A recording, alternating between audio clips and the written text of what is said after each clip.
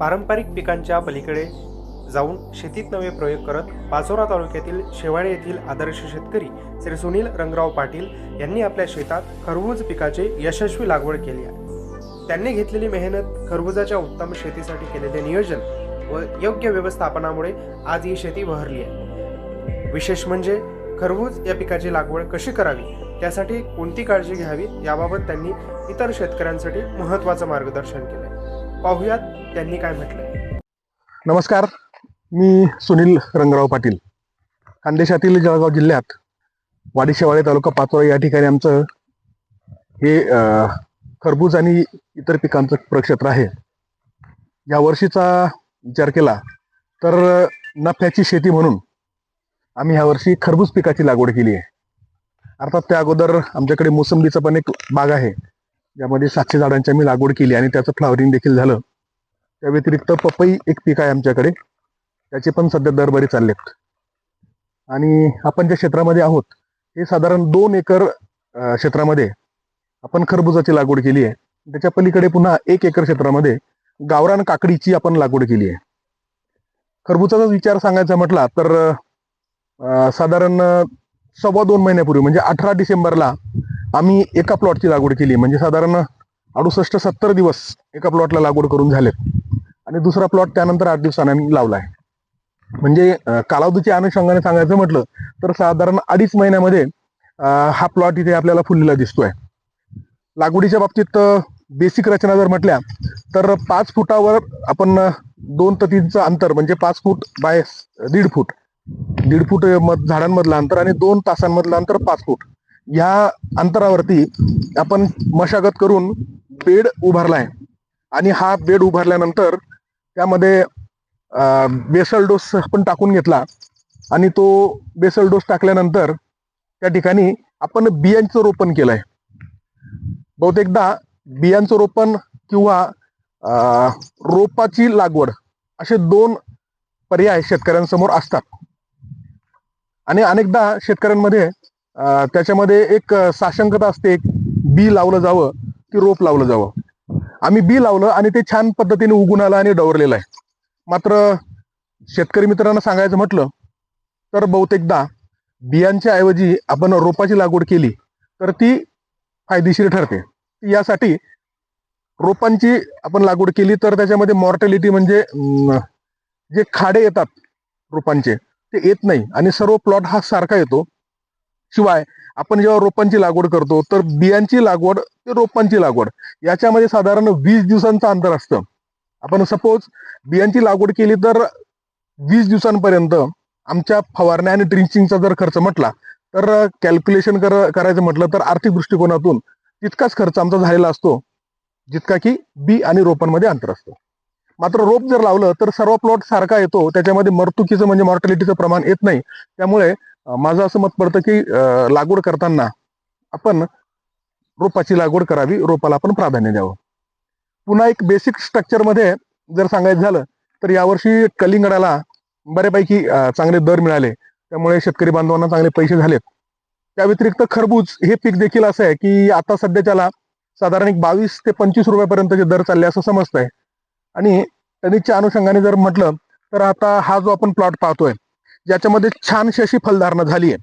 आपण जर मध्ये पाहिलं तर या पानांमध्ये अतिशय सुंदर अशी फळं या ठिकाणी आपण अशी बघू शकतो की साधारण ती आता 1 किलो वजनाच्या साईजला आलेली आहेत. आणि त्याची संख्या पण इथे एक आहे, दुसरं इथे, तिसरं आहे. अशा पद्धतीने हे इथे 4थं दिसतंय, 5वं दिसतंय. आज 70 दिवसांचा प्लॉट असताना अजून साधारण आपण जी साईज पाहिली तर ही पक्वतेच्या उंबरठ्यावर आली आहे. साधारण एक 8 दिवसाने याची हार्वेस्टिंग सुरू होऊ शकते. खरबूज पिकामध्ये टरबुजाच्या तुलनेने एक वेळेस हार्वेस्टिंग न होता ती 2-3 टप्प्यामध्ये होते.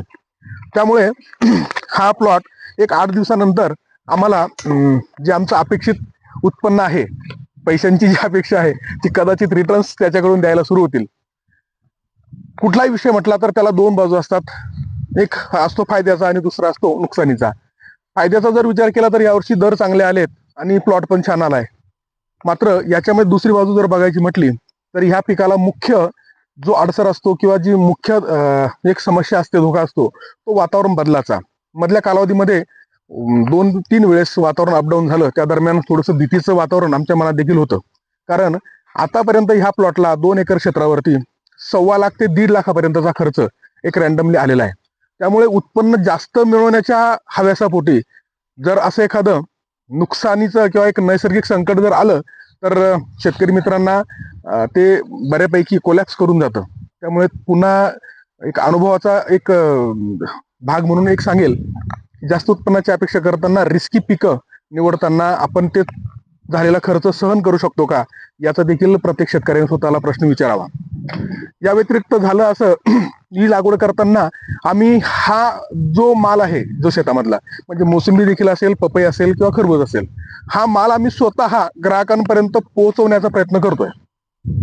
कारण अलीकडे एक लक्षात आलं की उत्पादन खर्च वाढलाय, त्या तुलनेने आम्हाला अपेक्षित रेट, अपेक्षित दर मिळत नाही. आणि जर समजा इथे 20-22 रुपयाचा त्याचा दर असेल तर तो ग्राहकापर्यंत जावस्तोवर तो 50 रुपये 60 रुपये किलो होतो.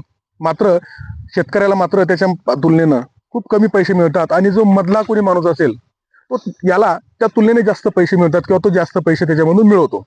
कुणी काय पैसे मिळवावे याच्याशी आम्हाला फार काही घेणं देणं नाही. कोणाच्या ताटात वाढलेलं असलं तर त्याचं असेल, त्याच्यामध्ये आम्हाला काही वाईट वाटण्याचं कारण नाही. मात्र ते जर ग्राहकापर्यंत जाईपर्यंत जर त्याची किंमत ही 3 पट 4 पट होत असेल तर मात्र आम्ही केवळ मधल्या कष्ट न करणाऱ्या लोकांवरती भरोसा न करता किंवा आमची विक्री प्रक्रिया त्यांच्यावरती अवलंबून न ठेवता आम्ही स्वतः आमचं लावलेलं पीक ग्राहकांपर्यंत नेऊ शकतो का, हा येणाऱ्या काळामधला सगळ्यात मोठा प्रश्न असेल. आणि कदाचित सगळ्यात चांगली ती रचना पण असेल.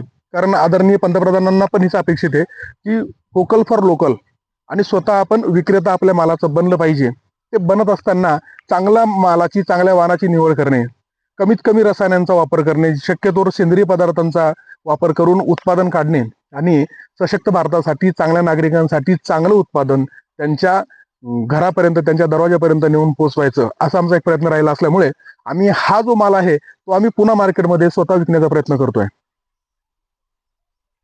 किती उत्पन्न अपेक्षित आहे तुम्हाला या? यामध्ये आपण लागवडीच्या अनुषंगाने बेसिक रचना बोललो. लागवड झाल्यानंतर अनेकदा त्याच्यामध्ये ड्रिंकिंग असतात, म्हणजे आळवणे असतात, फवारणे असतात. या सगळ्या गोष्टींचा आपल्याला प्रतिबंध व्यवस्थापन करायला लागतो. आणि त्यानंतर साधारण 2.5 महिन्यामध्ये, 2.25-3 महिन्यामध्ये याचं हार्वेस्टिंग जेव्हा सुरू होतं तर झालेल्या खर्चाच्या तुलनेत उत्पन्न यावं अशी अपेक्षा असते.